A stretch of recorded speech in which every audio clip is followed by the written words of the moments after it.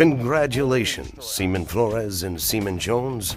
You've made it through another fun-filled week of mess cranking, and the sweet siren call of liberty is beckoning. How will you spread your youthful wings and fly this weekend? Perhaps you'll continue your fascinating intellectual debate on the finer points of superhero battles. Iron Man could kick Thor's ass. Are you kidding me? Thor would totally destroy Iron Man. I mean, what is up? One activity you won't be partaking in, my fine young lads, is relaxing with a cold malt beverage. In fact, you can kiss sweet liberty goodbye, because you're about to have a serious ass chewing from your CMC.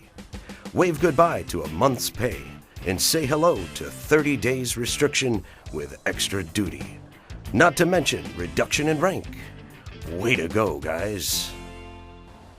Hey, I get it. You can be tempted to drink if you're under 21, especially when you're over 21, shipmates can drink. And right or wrong, a lot of sailors think that to have fun means having drinks. But if you're under 21, it's illegal, against the law, and a big old violation of the UCMJ. In fact, buying, possessing, or consuming alcohol can get you in a world of trouble with the local civilian police and your command. And did you know that in some states, it's illegal if you're under 21 to just have alcohol in your system? You don't even have to be holding or drinking an alcoholic beverage. You just have to show signs that you've been drinking, like having the smell of alcohol on your breath. It's called internal possession. If you're tempted to drink underage, watch out. The state criminal penalties can include a fine, jail sentence, community service, court-ordered alcohol education, and probation. In Virginia, for example, that can amount to up to 12 months in jail and a $2,500 fine. Another penalty you'll likely face is having your driver's license suspended. Depending on the state, that could mean 30 days or up to a year. When your friends get tired of hauling you around, you better invest in a bike or a nice pair of walking shoes. By the way, if you don't have your license yet and get an underage drinking charge, the state could make you wait even longer to get it. If the criminal penalties haven't gotten your attention, consider the military penalties. What's that, you say? You can't be tried for the same crime twice? Sorry, pal, that's the civilian world.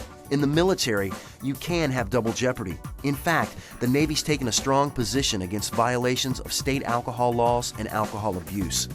You do something dumb, it could seriously affect your perform to serve status. Alcohol-related incidents can also go in the Navy's drug and alcohol abuse database, where it stays for the rest of your career. You pull another alcohol-related stunt in 10 months or even 10 years from now, you might see the end of your naval career. And in this economy, who can afford to lose their job? Bottom line, don't ruin your career over a beer. Wait till you're 21 to drink alcohol. You have too much to lose. Meet Matthew H. Truvy, 22, a Pisces. He likes long walks on the beach and short lines at the restroom. Matthew has worked up a supersized buzz tonight, but so far he hasn't worked up any interest from the ladies. He's not getting any love from the doorman either. You see, Matt is too wasted to remember his birthday. Maybe that's because he isn't Matthew H. Truvy. He's really William G. Sampson.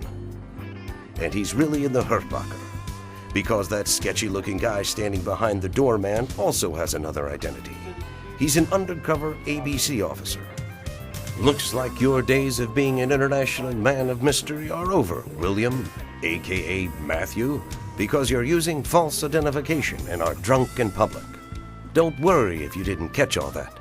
You'll have plenty of time to think about your state criminal charges and your reduction in rate to airman recruit while you're restricted for 30 days.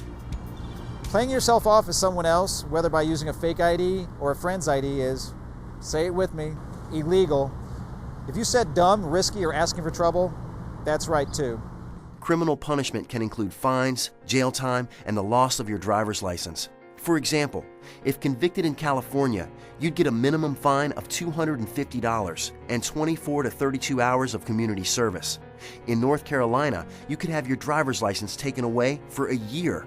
When it comes to NJP, you could be looking at loss of pay, reduction in rate, restriction, extra duty, and possibly correctional custody for up to 30 days if you're E3 or below. You could also lose your security clearance, which for some of you could mean not being able to do your job. and that ain't cool. By the way, it's not just the person who uses false identification who can get in trouble. If you loan your ID to an underage person, you could also face criminal charges, which could lead to a fine and jail sentence, as well as other penalties. Don't forget, you could also face NJP. If you're making fake IDs, well, you're in a whole other ball game. Depending on the size of your operation and who you're giving them to, you could face federal charges. And if you get caught making fake military IDs, well, you can bet on being the guest of honor at your very own court-martial. 82 Branson can swap out an F-18 engine so fast, even the maintenance master chief stops and weeps. And when Joe the Rock Branson throws a party, you better strap on your chaps and shout, "Yippee-ki-yay!" because you're in for one heck of a throwdown. But hold on to your hat, Branson, because the underage shipmate you let drink from your keg the last 2 hours just got pulled over for a DUI. Maybe you should have manned up and stopped her from tossing back a cool one, or 7. And you definitely should have kept her from jumping into her car and cruising off into the sunset. Looks like you're in for a rough ride from 82 to 83. 82 Branson's alcohol violation snuck up on him because he was paying too much attention to his buzz and not enough attention to his guests. But what happens when someone comes straight out and asks you to break the law for them? Ah, the dreaded favor asker. He may be a good guy, but sometimes he's also a pain in the ass. You might recognize him as Mr. Can You Help Me Move? Again. Or perhaps you know him as Mr. Can You Float Me Some Dinero Until Payday? But HM3 Reyes knows him as Mr. Can You Buy Me a Bottle of Vodka? Unfortunately, Mr. Vodka also masquerades as Sir Begs-a-Lot, and Reyes caves in. Too bad, because HMC Parker, also known as the guy you really didn't want to run into, sees the handoff. And now HM3 Reyes has to change his name to Dead Meat. Purchasing alcohol for an underage coworker or allowing any underage person to drink at your keg party is a recipe for disaster. First of all, it's illegal to provide or purchase alcohol for anyone under 21. Secondly, if the underage person goes out and hurts somebody after drinking the alcohol you provided, you could be sued in civil court and end up paying the costs of medical bills, property damage, and money awarded for emotional pain and suffering. If you're caught providing or purchasing alcohol for someone underage by local law enforcement, criminal penalties can include a jail sentence, fine, and having your driver's license suspended. For example, in Washington State, you could go to jail for up to a year and pay up to $5,000 in fines. When it comes to your command's NJP, there can be a range of punishments from a reprimand to restriction, extra duty, loss of pay, and reduction in rate. You should also know that if you host a party where underage people are drinking, you can't use the excuse that you have no idea who's coming or going, and who's drinking and who's not. As the host, you have to be in control of who's at your party and how much they're drinking, or face the consequences. So be a smart host, provide food and non-alcoholic beverages, and don't push people to drink. Plan ahead, have the phone number for a taxi service ready. If you think someone has had too much to drink, call a taxi, arrange a ride with another guest who's sober, or let the person stay and sleep it off. Do not let the person drink and drive. It could seriously be a life and death mistake. All in all, for GM2 Jacobson, it's been a good day. The numbers tell the story. 1 home run in the league softball game. 2 phone numbers persuaded from attractive ladies in the stands. 3 shots of tequila at Mickey's Sports Pub after the game. 4 bottles of beer at his friend Mad Dog's house. And 5 weeks still left to go before cruise. Life is good. That is, before he got behind the wheel of a car. Before playing the odds finally caught up with him. Let's do it by the numbers. 6 seconds after he rolled through a stop sign, Jacobson heard the siren. 7 minutes after being pulled over, he was line dancing for the officer. 8 hours later, he was bailed out of the drunk tank by his best friend. 9 weeks later, he called his parents to tell them he was getting separated from the Navy, and tens of thousands of dollars lost in future pay and benefits. These numbers don't sound so good, but count your blessings, Jacobson. You're lucky you didn't hurt anyone. You may think you're okay to drive, but that doesn't make it true. Even if you feel great, alcohol can still affect your vision, hand-eye coordination, mental alertness, ability to estimate distances, and slows your reaction time. If you drink and drive, sooner or later you're going to hurt yourself or someone else. Today we salute you, Lance Corporal Norris, for not spacing on your 6-month anniversary with your girlfriend, Laura. Your exuberant, head-first dive into romance makes us proud, if not a little bit nauseated. Never mind, though, Norris, because your choice in female companionship quiets our queasiness. She's bright, beautiful, and beats the snot out of you at Call of Duty Black Ops. No, Norris, it's the other choices you make that turn our stomachs. Like choosing to celebrate your anniversary at a friend's beer pong tournament, and then choosing to drive Laura home when you knew you weren't within a 50-mile range of sober. But this isn't the first time you've chosen to drink and drive. Just the first time you've truly regretted it. You told the police officer you didn't see the curve until it was too late, just after you asked them if Laura was alive, just before they arrested you. Yes, Laura is alive, but now you know what to get her for your anniversary. By now, everyone knows that if you're stopped by police with a blood alcohol content, or BAC, of .08 or higher, you'll be charged with driving under the influence, DUI, or driving while intoxicated, DWI. Some states can even give you a DUI if your BAC is under .08 if you show signs of being intoxicated. If you're under 21, you can be charged in some states, such as California, with a BAC as low as .01. And remember, a motor vehicle includes boats, jet skis, ATVs, snowmobiles, lawnmowers, bulldozers, basically anything with a motor that transports people. What happens to you after you're charged with a DUI or DWI depends somewhat on the state you're in, and drinking and driving laws can be complicated. But here are some of the things you can expect. Right after being pulled over, you can be taken to jail. Your car can be impounded, and your license can be taken away on the spot. If you're convicted of a DUI, even for the first time, you could get fines, jail time, and suspension of your license. But the costs of a DUI don't stop there. You have attorney costs, court costs, fees for alcohol education programs, and you might have to pay to have a breathalyzer interlock installed in your car. It's not unusual for someone convicted of a DUI to end up paying out $5,000 or more, and that's not including the increase to your insurance rate. Don't forget that if you cause an accident, have someone under 18 in the car, have a really high BAC, or have been convicted of a DUI before, you'll face higher fines and possibly mandatory jail time. If you cause an accident that kills someone, then you can also face felony manslaughter charges. So far, we've only covered the state penalties, but what about Navy or Marine Corps penalties? If you're charged with a DUI, your command may wait to see what happens in the state court system. If convicted, you'll be ordered into a military alcohol treatment program and likely have base driving privileges taken away for at least a year. If you go to captain's mass or office hours, you could face reduction in rate, loss of pay, extra duty, restriction to quarters, and a letter of reprimand. If you beat the DUI charge, you may still face the penalties just listed. It depends on your command. DUIs are taken very seriously, and convicted or not, you could also face a court-martial and be processed for separation. So what you have to ask yourself is this: is it worth it?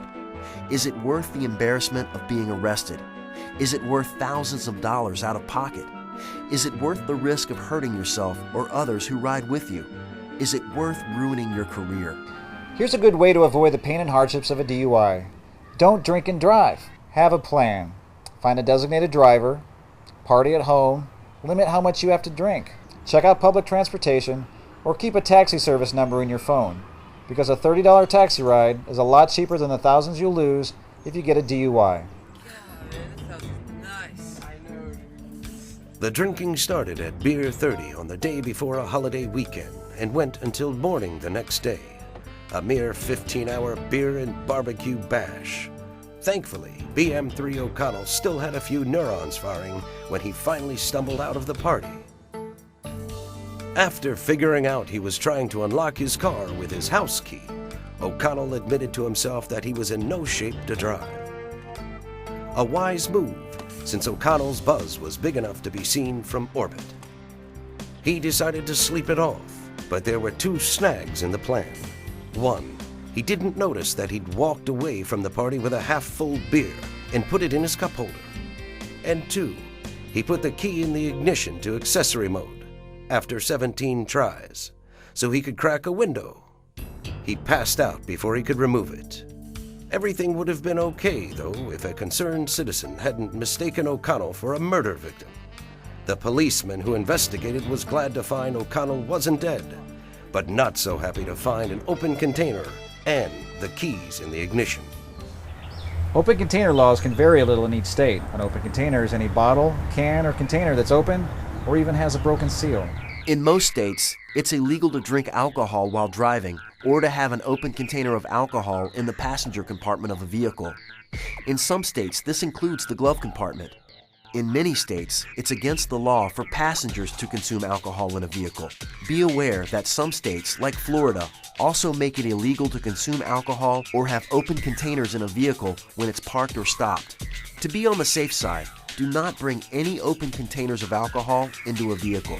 Do not drink while driving or let passengers drink in your vehicle. And if you pull off the road to relax, such as at the beach, do not sit in or on your car and drink alcohol. By the way, choosing to sleep off a buzz instead of drinking and driving is a smart decision. Just don't do it in your car. If you fall asleep or pass out in a car after drinking, you could be charged with a DUI, even if the car is parked. In some states, the keys don't even need to be in the ignition for you to be charged. He said her eyes were like sapphires, even though they were brown. But CS3 Lewis didn't care. This guy was good-looking, funny, and generous. She didn't even care that her friends were leaving to go to a bar down the street. Right now, she just wanted this night to go on forever, and the music and the drinks to keep flowing. And they did. Mr. Generous bought her 3 more drinks just in the last hour, and things were looking a little fuzzy. Things cleared up a few hours later in her apartment, when she said no over and over, and he stopped listening, even as she cried and yelled for help. For CS3 Lewis, this one night of fun turned into one long nightmare. Alcohol itself is not the problem. How we use it is. Because alcohol can affect our judgment, and that can lead to risky decisions, like going home with someone we don't really know, or getting into a car with an intoxicated driver. Somewhere between shouting lines from Apocalypse Now and assaulting other bar patrons with lame jokes, Corporal Siggins lost his battle buddy, who also happened to be his designated driver. You know where TJ's at? Take that. You cough, they go. TJ! But have no fear. The cavalry has arrived, in the form of 2 shipmates who think they're about to star in The Fast and the Furious Part 23. In the small area of Corporal Siggins' brain that isn't soaked in booze, a doubt surfaces about getting into a car with someone just as juiced as he is. But he also needs a ride back to base. Little did he know that the ride would include a 105-mile-per-hour sprint down the highway and getting pulled over by the cops. Siggins may love the smell of napalm in the morning, but after failing to obey the cop, he found out he didn't love the smell of the Norfolk PD holding cell. Drinking definitely affects the way we think and the choices we make. But did you know that when you're intoxicated, you're more likely to be a victim of a crime, like being sexually assaulted or mugged? You're also more likely to get hurt or killed. News stories are full of people who were injured or died from alcohol-related car crashes, fights, falls from balconies, alcohol poisoning, drownings. The list goes on. Alcohol can cause a lot of damage at your job, too.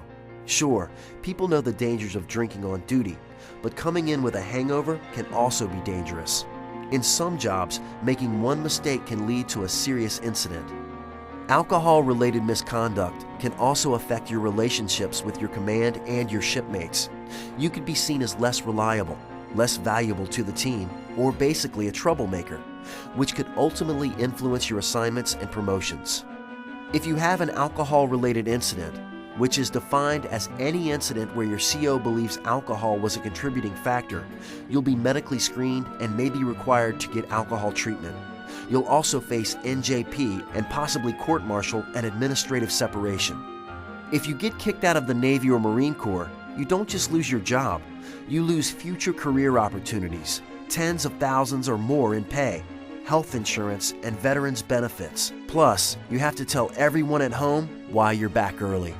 The best thing to do is to control your drinking so you can control your life and your future. If you think you might have a problem with alcohol, go to your DAPA or SACO. Getting treatment on your own is much better for your career than being ordered to. Remember that the Navy and Marine Corps policy on alcohol is responsible use. This means being able to limit yourself on when, where, and how much you drink. It also means no drinking if you're underage. If you are 21 and over and plan to drink, do yourself a favor and think ahead. Find a designated driver ahead of time. Always have the number for a taxi service and some cash on you. If your command has a free ride program, keep the contact information with you. Some bars these days also have free ride programs. Use the buddy system. Go out with friends and stick with them. Eat something before you start drinking and continue to snack while you drink. Keep your drink in sight at all times, especially if you're a woman, to prevent someone from tampering with it. Drink a glass of water for every alcoholic drink you consume and try to stick to 1 alcoholic drink an hour. The key point here is to think before you drink. Set a limit on how much you're going to drink so you can avoid getting into trouble or looking like an ass. And always know how you're going to get home safely. Valerie Bell is an A student, sophomore class treasurer, and a stand-up midshipman. But right now, she's just a shipwreck. It might have something to do with a recipe for Planter's Punch, a bottle of rum, and her roommate's birthday. If Valerie could form a logical sentence right now, she'd tell the campus security officer that she didn't mean to drink so much and that she doesn't want to lose her NROTC scholarship. She'd tell him that in high school she'd wanted that 4-year scholarship more than she wanted Bella to knife Edward in his rock-hard vampire abs. She'd tell him that she wants to be an aviator. She'd tell him that she's sorry she barfed on his shoes. Luckily for Valerie, the officer takes pity on her and lets her off with a warning. Everyone knows underage drinking happens on campuses. The thing is, as midshipmen, you have a lot more to lose if you get caught. That's not just true for underage drinking. That's true for any alcohol violation. If you're caught drinking underage, drunk in public, using a fake ID, driving under the influence, or any other alcohol violation, you will automatically go before a performance review board, also known as a PRB.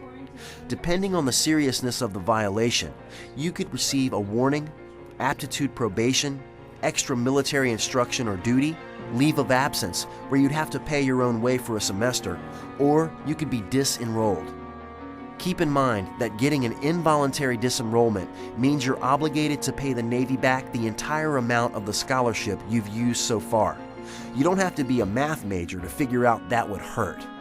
In extreme circumstances, you could be recalled to active duty for trial by court-martial.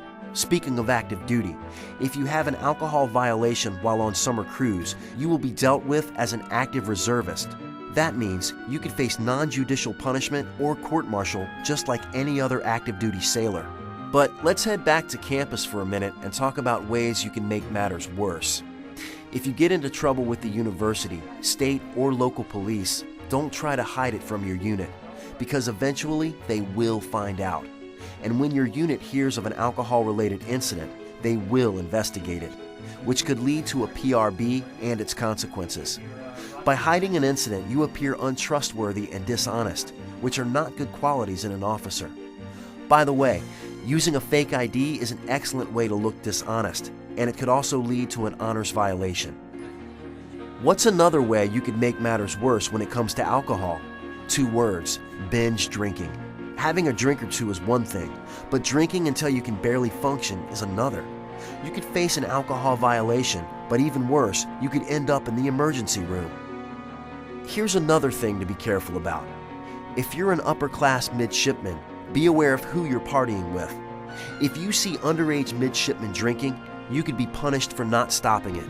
Even more serious would be if you provided the alcohol to the underage mids.